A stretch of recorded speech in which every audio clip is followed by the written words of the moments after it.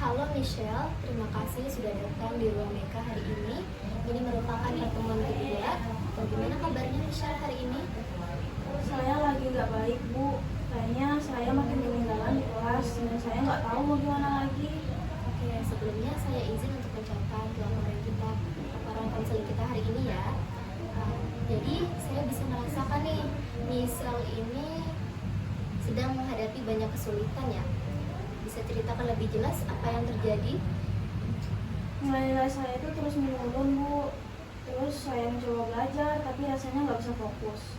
Dan di rumah saya juga banyak masalah. Saya nggak punya tempat, saya nggak punya semangat untuk ngapa-ngapain, Bu. Oke, kedengarannya Michelle sedang merasa terbebani dengan berbagai hal ya. Nah, nilai yang turun dan masalah yang di rumah membuat Michelle kehilangan semangat. Nah, apa yang biasanya terjadi di rumah yang membuat Michelle ini sulit fokus untuk belajar? Orang tua saya tuh sering bertengkar. Ibu saya jadinya juga sering marah-marahin saya setiap hari, jadi saya tidak bisa belajar dengan tenang. Apalagi mereka selalu menuntut saya untuk dapat nilai yang tinggi, berprestasi dan lain-lain, jadi saya makin stres. Oke, saya paham apa yang Michelle rasakan. Pasti itu sangat berat sekali ya Michelle, berada di situasi seperti itu di rumah. Nah, saya paham pasti sulit untuk fokus belajar di rumah yang kondisinya tidak mendukung.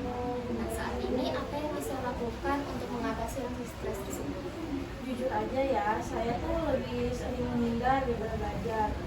Saya sibuk main HP atau sering keluar-keluar kelas untuk melupakan masalah-masalah saya. Oke, jadi Michelle ini berusaha mengalihkan perhatian dari stres dengan cara lain ya. Itu wajar Michelle, tapi apakah Michelle merasa cara itu membantu Michelle dalam jangka panjang? Enggak sih, Bu, malah rasanya makin parah. Saya ketinggalan pelajaran dan orang tua saya tuh jadi makin marah. Oke, jadi sebenarnya semakin Michelle menghindar dari belajar, situasi malah semakin sulit ya. Nah, bagaimana menurut Michelle jika kita fokus pada langkah-langkah yang bisa Michelle kendalikan nih untuk memperbaiki situasi ini? Tapi Bu, saya nggak tahu mulai dari mana. Rasanya tuh semuanya berantakan. Oke, saya paham Michelle pasti merasa bingung. Nah, tapi mari kita coba lihat dari sudut pandang yang berbeda nih. Di sini kita akan fokus pada apa yang bisa Michelle kontrol. Misalnya, dan saya akan membantu Michelle menyusun rencana yang konkret dan terstruktur nih. Jadi menurut Michelle, hal pertama apa yang bisa Michelle lakukan untuk kembali mengendalikan situasi belajar Michelle? Mungkin saya bisa mengatur waktu belajar lagi, Bu. Tapi saya nggak bisa konsisten. Oke, jadi memang ya Michelle, konsistensi ini memang tantangan. Tapi ingat Michelle, semua perubahan ini dimulai dari langkah kecil. Misalnya, bagaimana kalau kita mulai dengan menentukan jadwal belajar yang lebih ringan, mungkin hanya 30 menit dalam sehari. Jadi jika 30 menit ini berhasil, kita akan secara bertahap meningkatkannya. Nah, apakah Michelle merasa bisa mencapai program ini? Saya rasa itu bisa sih dicoba, tapi kalau terlalu lama juga saya cepat bosan. Oke, baik. 30 menit sehari terdengar seperti awal yang baik ya untuk Michelle. Sekarang terkait lingkungan di rumah yang kurang kondusif nih. Nah, adakah tempat lain yang mungkin lebih tenang untuk belajar? Atau mungkin di perpustakaan atau ruang belajar di sekolah?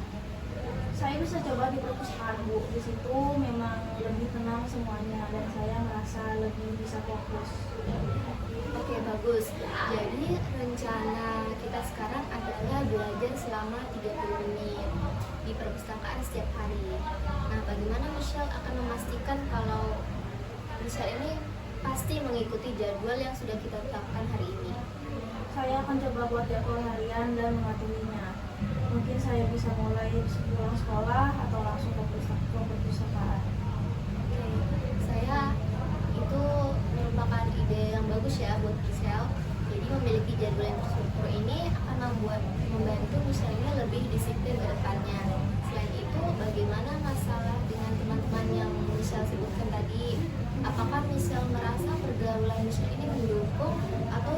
justru membuat situasi yang sekarang ini lebih sulit? Teman-teman saya sih baik aja Bu, tapi kadang-kadang mereka suka ngajak saya keluar. Padahal saya tahu seharusnya belajar, jadi saya sering terjebak dan akhirnya malah nggak belajar. Oke, memang bisa sulit ya menolak ajakan teman, apalagi jika itu terasa lebih menyenangkan daripada belajar. Nah, apa Michelle merasa bisa membicarakan hal ini dengan teman-teman Michelle? Karena mungkin menjelaskan bahwa Michelle ini butuh lebih fokus pada akademis daripada belajar saat ini. Saya nggak tahu sih Bu, takutnya mereka tersinggung.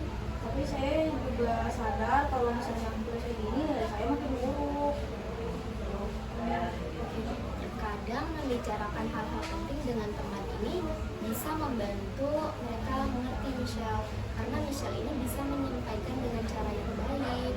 Misalnya bilang bahwa Michelle ini butuh waktu untuk belajar, tapi tetap juga ingin menjaga hubungan yang baik dengan teman-teman Michelle. Menurut Michelle nih, apakah itu bisa dilakukan? Mungkin saya bisa sih coba. Saya rasa mereka akan ngerti kalau misalnya saya jelaskan dengan baik.